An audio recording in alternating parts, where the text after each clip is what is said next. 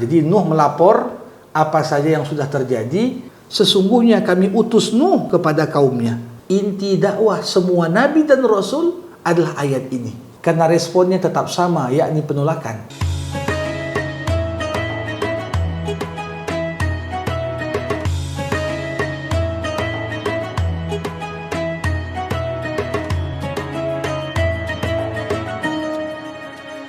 Bismillahirrahmanirrahim. Assalamualaikum warahmatullahi wabarakatuh. Sahabat Al-Quran, Alhamdulillah kita kembali bertemu dalam menyelami rahasia Al-Quran. Video sudah rindu ya dengan sahabat Al-Quran semuanya. Dan Alhamdulillah kita diberikan kesempatan kembali untuk bertemu, untuk kita sama-sama belajar, menambah pengetahuan kita mengenai makna-makna yang terkandung di dalam Al-Quran. Dan untuk hari ini pemirsa, di episode kita ke-71 kita akan membahas mengenai surah Nuh ya, surah Nuh. Surah Nuh ini diambil dari nama Nabi Nuh dan tentunya akan ada banyak makna di dalamnya dan sepertinya juga akan ada kisah begitu di balik surah Nuh ini. Dan langsung saja Widya Sapa, sudah ada Ustadz Zamakhsyari Hasbullah Thaib di sini. Assalamualaikum warahmatullahi wabarakatuh. Waalaikumsalam warahmatullahi wabarakatuh. Kabar baik ya Ustadz ya? Alhamdulillah. Alhamdulillah sehat. Oke, langsung saja Ustadz untuk surah Nuh ini sebenarnya kalau kita bisa simpulkan di awal terlebih dahulu, rangkuman di awal terlebih dahulu Ustadz, ini surah Nuh ini nanti akan mengisahkan tentang apa saja sih Ustadz di dalamnya? Bismillahirrahmanirrahim. Alhamdulillahirabbil alamin. Wassalatu wassalamu ala asyrafil anbiya'i wal mursalin wa ala alihi wa ashabihi ajmain. Widya dan seluruh sahabat Al-Quran, surah Nuh memang diambil dari nama salah seorang nabi, Nabi Nuh alaihi salam. Dan Nuh ini tentunya sering juga disebut dengan bapak manusia yang kedua. Kalau bapak manusia pertama adalah Adam alaihi salam, maka bapak manusia yang kedua adalah Nuh. Karena ketika turunnya azab kepada kaum Nabi Nuh, bisa dikatakan mayoritas umat manusia berakhir kehidupan mereka setelah azab itu turun, kecuali Nuh bersama dengan orang-orang yang beriman kepadanya. Nah, memang di dalam Al-Quran sendiri cukup banyak surah yang bercerita tentang Nabi Nuh alaihi salam. Ada di surah Al-Anbiya, ada di surah Hud, bahkan di beberapa tempat di surah lain cerita Nabi Nuh di sana lebih panjang dibandingkan ceritanya yang ada di surah ini. Namun secara spesifik surah Nuh yang terdiri dari 28 ayat ini kenapa dinamakan dengan nama Nuh? Karena memang sepanjang surah ini tidak ada cerita lain kecuali tentang Nabi Nuh. Banyak surah-surah Al-Quran, kisah Nabi Nuh disebutkan di antara kisah-kisah yang ada. Nah, beberapa ulama ketika menjelaskan kedudukan surah Nuh ini, kalau kita baca dari ayat pertama hingga ayat terakhir, terkesan surah ini semacam laporan Nabi Nuh alaihi salam kepada Allah Subhanahu wa taala terkait dengan kinerja dakwah yang sudah dilakukannya. Jadi Nuh melapor apa saja yang sudah terjadi hingga pada akhirnya Nuh berdoa kepada Allah agar diturunkan azab kepada kaumnya yang tidak beriman kepadanya. Jadi inilah kurang lebih apa yang menjadi kesimpulan yang bisa kita tarik.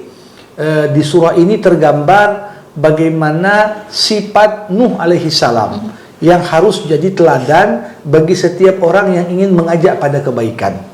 Di surah ini juga tergambar nanti bagaimana metode dalam berdakwah yang dijalankan oleh Nabi Nuh alaihi salam. Di surah ini juga tergambar bagaimana respon dari objek dakwah ketika mereka menolak dakwahnya Nabi Nuh. Di sini juga tergambar bagaimana dan kapan seorang pendakwah itu boleh mendoakan turunnya keburukan dan azab untuk objek yang didakwahi setelah kondisi dan situasi tertentu sudah dapat terpenuhi.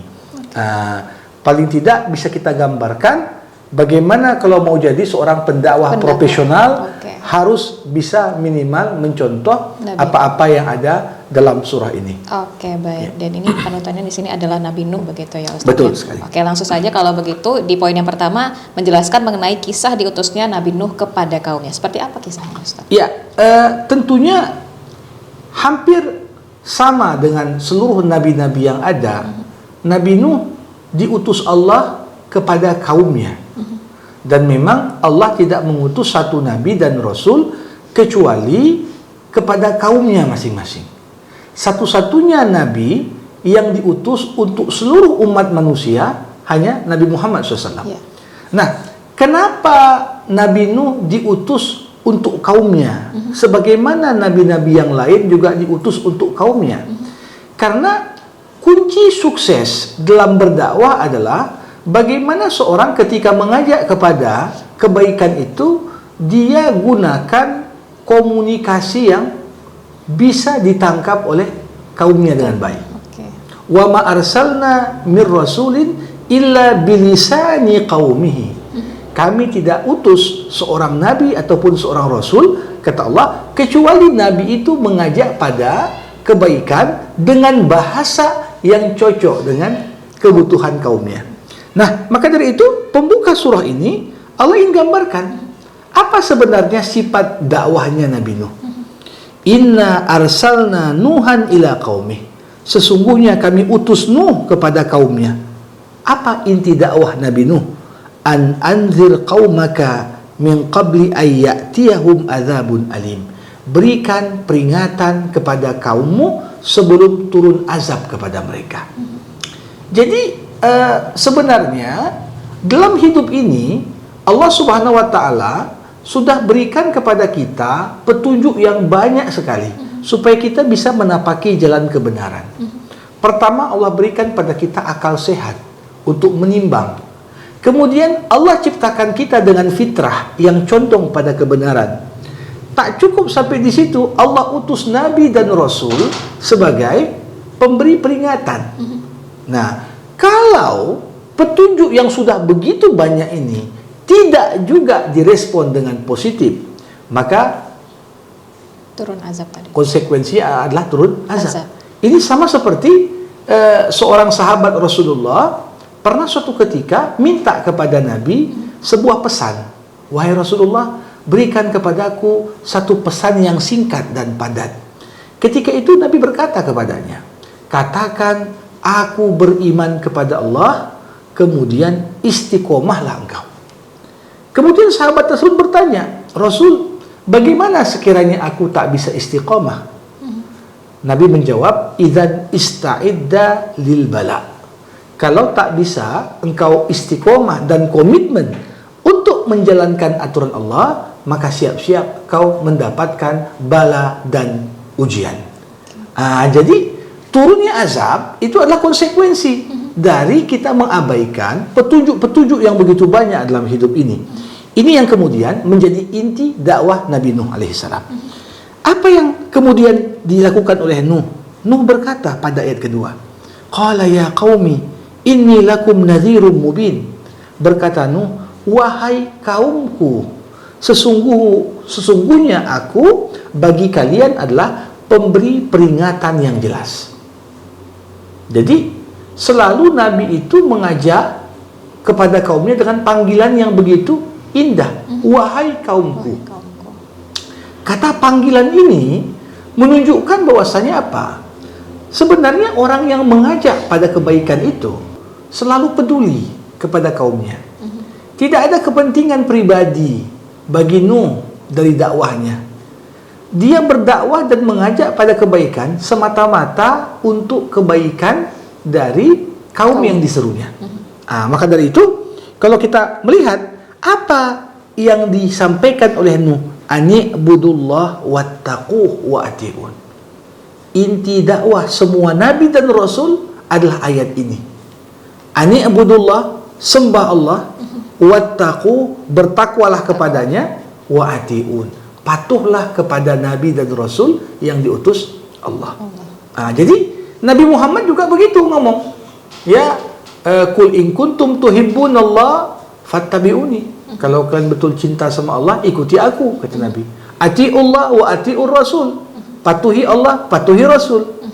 Nah, di sini Nuh mengatakan, "Ubudullah wattaquh wa ati'un." Sembahlah Allah, bertakwalah kepadanya, artinya laksanakan perintahnya, tinggalkan larangannya, kemudian patuhlah kepadaku. Patuhlah kepadaku. Nah, apa konsekuensi kalau kita berhasil untuk menyembah Allah, bertakwa kepadanya dan patuh kepadanya? Dikatakan di sini janji Allah, yaghfir lakum min dzunubikum wa yuakhirkum ila ajalim musamma. Allah akan ampuni dosa-dosamu dan Allah akan memanjangkan umurmu sampai batas waktu yang ditentukan. Makanya kadang-kadang bertambahnya usia itu buah dari ketaatan. Sebaik-baiknya manusia, kata Rasulullah, orang yang panjang usianya dan semakin panjang usianya dia isi dengan ketaatan. Sebaliknya ada juga seburuk-buruk manusia, orang yang panjang usianya tapi makin bertambah usia, makin bertambah pula keburukan dan kejahatannya. Jadi ini gambaran kepada kita bahwasanya menyembah Allah menyehatkan, bertakwa kepada Allah memanjangkan umur, ya, patuh kepada perintah Allah dan perintah Nabi itu juga akan membuat hidup manusia akan lebih berkualitas. Nah, setelah menggambarkan apa yang menjadi inti dalam dakwahnya, Nuh mulai melaporkan kapan waktu yang digunakan Nuh dalam berdakwah. Saya katakan tadi, surah Nuh ini seperti laporan dari Nabi Nuh kepada Allah. Nabi Nuh melapor, kapan saja kau berdakwah, kata Allah. Nuh menjawab, inni da'autu qaumi lailan wa nahara. Aku mengajak kaumku untuk menyembahmu ya Allah, bertakwa padamu, patuh kepadaku siang dan malam. Di sini secara khusus disebutkan kata malam sebelum siang, lailan wa naharan, malam dan siang. Ini isyarat bahwasanya memang kadang-kadang urusan-urusan pembelajaran agama itu lebih berkesan pada diri seorang ketika disampaikan di malam hari dibandingkan ketika disampaikan di siang hari. Kenapa gitu, Ustaz? Ya, kita tahu bahwasanya di siang hari manusia itu fokus dan kebanyakan aktivitasnya lebih kepada mengerjakan apa yang menjadi rutinitas mata pencahariannya. Kita disibukkan dengan pekerjaan kita. Kalaupun kemudian ada momen-momen majelis ilmu yang disampaikan di waktu siang, ya sekedar, tapi fokus utama kita bukan ke situ. Tapi di malam hari, ini biasanya orang sudah beristirahat dari penatnya pekerjaan. Nah, waktu yang paling baik justru kadang-kadang kita memasukkan nilai-nilai agama itu menjelang sebelum tidur. Ya, disampaikan di sana. Walaupun kadang-kadang dengar ceramah sebelum tidur makin cepat tidurnya. Itu dia. Makin ketiduran gitu. Ya. Nah, jadi ini gambaran pada kita waktu malam. Termasuk malam di sini apa? Tengah malam. Seorang mau belajar agama, baca Quran di malam hari, dia tadabbur, jauh lebih dalam kesan yang akan didapat jika dibandingkan ketika dia baca Quran bertadabbur di siang hari ketika dia disibukkan dengan banyak aktivitas yang lain. Nah, apa yang terjadi? Walaupun bisa dikatakan Nuh ini sudah berdakwah dengan penuh totalitas, siang malam berdakwah, tapi jawaban kaumnya, respon kaumnya apa? Falam yazidhum du'ai illa firara. Justru kaumnya itu makin jauh, mencoba menjauhkan diri dari Nuh. Mereka tidak mengijabah atau menjawab seruan itu dengan yang seharusnya. Ini yang terjadi. Maka dari itu yang paling menyedihkan, bayangkan orang sudah begitu total dalam berdakwah, tapi kemudian yang didakwahi itu terkesan menolak dakwahnya. Bahkan secara spesifik digambarkan di surah ini bagaimana penolakan secara halus dan kasar dari kaumnya Nabi Nuh. Digambarkan di sini, wa inni kullama da'autuhum litakfira lahum ja'alu asabi'ahum fi adhanihim. Setiap kali aku ajak mereka untuk beribadah padamu agar kau ampuni dosa mereka, mereka meletakkan seluruh jari mereka ke dalam telinga. Nah, biasanya kalau manusia itu ingin menutup lubang telinga, biasa dia akan ambil salah satu jari untuk menutup. Ya, mungkin kita ambil telunjuk, kita tutup lubang sehingga tak terdengar. Tapi digambarkan di ayat ini, saking mereka ingin menolak dakwah itu, mereka bukan hanya menutup lubang telinganya dengan satu jari, tapi seluruh jari. Kalau bisa dimasukkan semua. Hingga tidak ada sedikit pun ruang yang memungkinkan suara ajakan kebenaran itu sampai pada mereka. Jadi ini betul-betul penggambaran bagaimana secara kejiwaan mereka sudah menolak dakwah Nuh.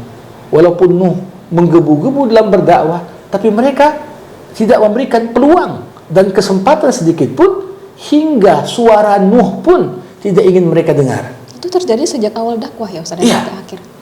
Jadi kalau kita lihat, tak hanya itu, wastaghsyaw siyabahum. Bukan hanya tak mau mendengar, mereka tak mau melihat. Sehingga mereka menutup wajahnya dengan pakaiannya. Ibarat orang buka baju ditutup wajahnya, ya, supaya tidak ada sedikit pun celah. Apa yang mereka lihat, apa yang mereka dengar bisa mempengaruhi kondisi hati mereka untuk menerima dakwah. Jadi bisa kita katakan penolakan terhadap dakwah itu merupakan sebab pertama orang nggak dapat hidayah. Karena menolak sejak awal. Menolak. Jadi bagaimana hidayah itu akan masuk? Kalau kita nggak mau melihat kebaikan, kita nggak mau mendengar sedikit pun yang berkaitan dengan keburukan. Maka dari itu, kalau kita melihat di sini, ditambah lagi respon yang ketiga, wastakbaru istikbara. Mereka sombong. Jadi sudah nutup telinga, nutup mata, kemudian sombong. Ini 3 faktor terpenting mandeknya dakwah. Kalau kita mau mengajarkan seseorang tentang kebaikan, seikhlas apapun seorang pendakwah, tapi kalau yang dihadapinya orang yang tak mau menerima dakwah, bentuknya apa? Mendengar nggak mau, melihat tidak mau. Kalaupun dia dengar dan dia lihat, ada kesombongan dalam hati yang membuatnya menolak segala apa yang disampaikan. Itu yang membuatnya sulit mendapatkan hidayah. Iya. Ini bisa dikatakan faktor utama. Ya, kadang-kadang kan begini, orang tidak terpengaruh dengan dakwah. Kenapa?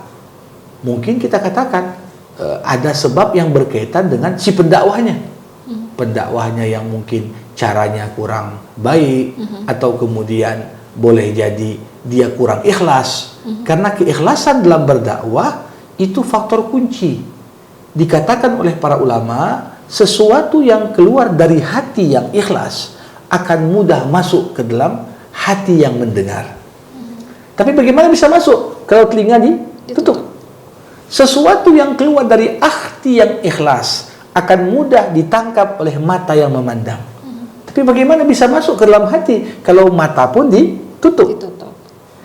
Sesuatu yang keluar dari hati yang ikhlas akan dapat mengetuk hati yang siap menerima hidayah. Tapi bagaimana hidayah masuk ketika hati itu dipenuhi dengan sifat-sifat sombong? Di sini berarti menjadi problem terbesar. Ya, bisa kita katakan mandeknya dakwah ya karena 3 faktor ini. Kemudian kembali Nuh melanjutkan kembali bagaimana metodenya dalam berdakwah. Aku mengajak mereka terang-terangan. Kemudian aku seru mereka secara terbuka dan secara diam-diam. Artinya, ingin digambarkan lewat kata-kata ini, tidak ada satupun metode dakwah kecuali Nuh sudah praktekkan, tapi nggak bermanfaat. Jadi ini menjadi tamparan bagi mungkin banyak orang yang zaman sekarang punya semangat dakwah, baru ditolak di 1-2 tempat, lantas dia langsung menyerah. Ataupun kemudian putus asa. Ya, bayangkan sosok Nuh, semua cara sudah dia coba, semua metode sudah dia gunakan, Semua waktu sudah dia praktikkan seruan dakwah itu. Tapi yang kemudian yang terjadi apa? Ujungnya apa yang terjadi? Nuh berserah diri kepada Allah. Fakultu istaghfiru rabbakum innahu kana ghaffara. Ketika tak mampu lagi Nuh untuk berdakwah karena responnya tetap sama, yakni penolakan, apa kata Nuh? Banyak-banyak istighfar kalian kepada Allah. Sesungguhnya Allah Maha Pengampun. Nah, jadi seruan untuk beristighfar itu penting. Kenapa? Dalam hidup ini boleh jadi istighfar adalah obat dari berbagai problematika dan masalah yang kita hadapi dalam hidup. Kenapa? Banyak dari azab atau cobaan ataupun ujian yang Allah turunkan kepada kita itu turun karena dosa kita. Maka dari itu ketika kita memohon ampunan kepada Allah, ini kunci agar kita diberikan jalan keluar atas berbagai problematika yang ada. Nah, terkait dengan ayat ini, pernah suatu ketika seorang tabi'i, Imam Hasan Basri, sedang berada di majelis ilmunya, banyak muridnya berhadir. Ketika tiba sesi tanya jawab, seorang murid mengadu kepada Imam Hasan Basri, Imam, sudah beberapa bulan kebun-kebun, sawah-sawah di kampung kami semuanya gagal panen. Yang lain mengatakan, Imam, sudah beberapa bulan tak turun-turun hujan di daerah kami. Kemudian penanya ketiga ngomong lagi, saya sudah menikah bertahun-tahun belum dapat anak. Apa kata Imam Hasan Basri? Obat untuk semua masalah kalian adalah banyak-banyak istighfar. Nah, mereka kemudian bertanya, kok masalah kami beda? Jawabannya semuanya istighfar. Bacalah surah Nuh, kata Imam Hasan Basri. Fakultu astaghfiru rabbakum innahu kana ghaffara. Katakanlah, mohon ampun kepada Allah dengan beristighfar kepadanya. Sesungguhnya Allah Maha Pengampun. Setelah kita beristighfar, apa jawaban Allah? Yursilis sama alaikum midrara. Allah akan turunkan curah hujan yang banyak. Ya, jadi kekeringan ini boleh jadi salah satu ikhtiar konkret yang bisa kita lakukan adalah banyak-banyak istighfar. Boleh jadi dosa itu yang menahan turunnya curah hujan. Kemudian yumditkum bi amwal. Kalau selama ini bisnisnya sering gagal, kebunnya sering pacekli, ya banyak-banyak istighfar. Allah akan tambahkan hartamu. Wa banin, tambahkan anakmu. Menikah sudah lama tak punya anak, perbanyak istighfar. Boleh jadi itu jawaban. Ya. Wa yaj'al lakum jannatin wa yaj'al lakum anhara. Allah akan berikan padamu kebun-kebun yang indah dan Allah akan alirkan untukmu sungai-sungai yang mengalir. Nah, jadi ini kunci. Terkadang masalah datang, malakum la tarjuna lillahi waqara. Karena kita kurang bertakwa kepada Allah. Kita tidak mengagungkan Allah dengan sebenar-benarnya pengagungan. Ini yang kemudian menjadi masalah. Nah, setelah bercerita tentang dakwah Nabi Nuh, berpindah ayat sedikit untuk mengajak kita merenungkan tanda-tanda kebesaran Allah di alam semesta. Dikatakan di situ, alam tara kaifa khalaqallah sab'a samawatin tibaqa. Enggak kalian perhatikan bagaimana Allah ciptakan langit dan bumi bertingkat-tingkat. Wa ja'alal qamara fihinna nuran wa ja'ala asy-syamsa siraja. Tak kalian perhatikan bagaimana bulan bercahaya dan matahari bersinar. Ya. Kemudian enggak kalian perhatikan tumbuh-tumbuhan yang tumbuh di atas permukaan tanah. Kemudian Allah mengatakan bagaimana Allah hamparkan bumi dan segala apa yang ada di sana. Nah, jadi ini semua kalau kita renungkan dengan sebaik-baiknya, sebenarnya kalau bertambah rasa syukur kita kepada Allah, menyadari begitu banyak yang sudah Allah berikan untuk kita, niscaya kita tidak akan dalam hal ini ingkar, apalagi menolak seruan yang mengajak kita untuk beribadah kepada Allah. Ya. Di bagian terakhir dari surah Nuh ini, kalau kita melihat Nuh, walaupun sifatnya sangat penyabar, bayangkan berdakwah Nuh 950 tahun. 950 tahun. Itu umur dakwahnya. Oke. Tapi digambarkan hingga turun azab yang ikut dengan Nuh dan beriman kepadanya hanya sekitar 80-an orang. 80-an orang, Ustaz. Artinya per 15 tahun satu orang yang dapat hidayah. Ya. Bayangkan, ini angka yang sangat kecil dengan pengorbanan dan ikhtiar maksimal yang sudah dilakukan Nuh. Nah, apa yang terjadi ketika seorang sudah menunaikan tugasnya, tapi kemudian dia lihat tidak ada progres, dakwah nampak stagnan, gak ada perkembangan orang yang dapat hidayah. Akhirnya Nuh pun berkata, Rabbi innahum asawni wattaba'u man lam yazidhu maluhu wa waladuhu illa khasara. Wahai Tuhanku, kata Nuh, kaumku durhaka kepadaku dan mereka lebih memilih untuk mengikuti orang-orang yang punya anak dan punya harta yang banyak, walaupun banyaknya anak, banyaknya harta tidak menambah kecuali kerugian. Nah, bukan hanya itu, wa makaru makran kubbara, mereka melakukan berbagai tipu daya untuk menghambat dakwahku. Nah, di momen ini apa yang terjadi? Kenapa Nuh berdakwah 950 tahun tapi yang masuk Islam hanya 80-an orang? Satu orang per 15 tahun kurang lebih. Karena memang resistensi dan penolakan dari kaumnya terhadap Nuh itu begitu kuat. Dan mereka melakukan persekusi dan ancaman kepada siapa saja yang ingin mengikuti Nabi Nuh. Coba bayangkan, kebanyakan orang kan kalau menyelisih pendapat mayoritas agak khawatir akan keselamatannya. Biasanya orang itu hanya suka membeu saja sesuai dengan suara mayoritas. Ya, maka dari itu dikatakan di sini kaumnya itu saling mengatakan satu dengan yang lain, la tadarunna alihatakum, jangan pernah kalian tinggalkan berhala-berhala yang kalian sembah. Ini ancaman dari para pemuka masyarakat yang ada di kaum Nabi Nuh. Wala tadarunna waddan wala suwa'an wala yaghutsa wa ya'uqa wa nasra. Ini nama-nama berhala. Dan tentunya sejarah mencatat umat Nabi pertama yang menyembah berhala adalah umatnya Nabi Nuh alaihissalam. Karena Nabi Nuh ini ketika diutus, dulu orang-orang baik agar abadi dibuat patungnya dengan tujuan supaya kita ingat sama orang-orang baik ini.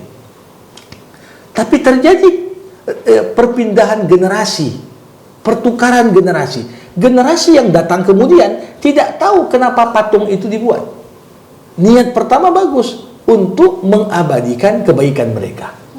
Tapi yang terjadi, disinilah masuk tipu daya setan hingga pada akhirnya mereka menganggap patung-patung itu adalah Tuhan. Nah, jadi ini yang terjadi. Allah Subhanahu wa ta'ala mengatakan gara-gara kesalahan mereka, mereka ditenggelamkan dan mereka dimasukkan neraka. Jadi turunnya azab bukan karena sentimennya Allah, bukan karena bencinya Nuh kepada kaumnya, tidak. Kesalahan utama mereka kenapa dapat azab? Mimma khati'atihim, karena kesalahan mereka. Jadi kebanyakan orang kan lebih suka untuk nyalahkan orang lain ketika dapat suatu bencana. Oh, karena si fulan ini, karena si ini yang bawa mobil, atau karena si itu yang menjalankan bisnis. Padahal kalau kita mau jujur, kegagalan itu puncak atau sumber utamanya pada sebab yang ada pada diri kita, bukan pada orang lain. Nah, maka dari itu Nuh pun akhirnya berdoa, doa pamungkas. Kita tahu setiap nabi diberikan Allah satu doa pamungkas yang apabila mereka panjatkan, doa itu tidak akan ditolak. Dapat satu jatah semua nabi. Nah, akhirnya Nuh pun menggunakan jatah doanya itu. Apa yang dibacakan oleh Nuh? Rabbi la tadhar 'alal ardi minal kafirina dayyara innaka intadharhum yudillu ibadak wa la yalidu illa fajiran kafara. Wahai Tuhanku, binasakan saja semua yang ada di muka bumi, kata Nuh. Kenapa? Kalaupun ada anaknya, sama aja, nggak jauh beda sama bapaknya. Jadi sampai pada kesimpulan ini generasi tak bisa lagi diperbaiki, sehingga doa Nuh agar diturunkan azab yang membinasakan semuanya. Nah, tapi walaupun demikian, Nuh mengajarkan kita doa yang indah sekali. Rabbighfirli wali walidayya waliman dakhala baitiya mu'minan walil mu'minina wal mu'minat wala tazidil zalimina illa tabara. Ya Allah, ya Tuhanku, maafkan dosaku, maafkan dosa kedua orang tuaku, maafkan dosa orang mukmin yang masuk ke rumahku, maafkan dosa orang-orang yang beriman, yang laki-laki maupun perempuan, dan janganlah engkau tambahkan untuk orang zalim kecuali kehancuran. Ini doa yang menggambarkan satu sisi ketika seorang pendakwah sampai pada keyakinan tidak bermanfaat lagi dakwah.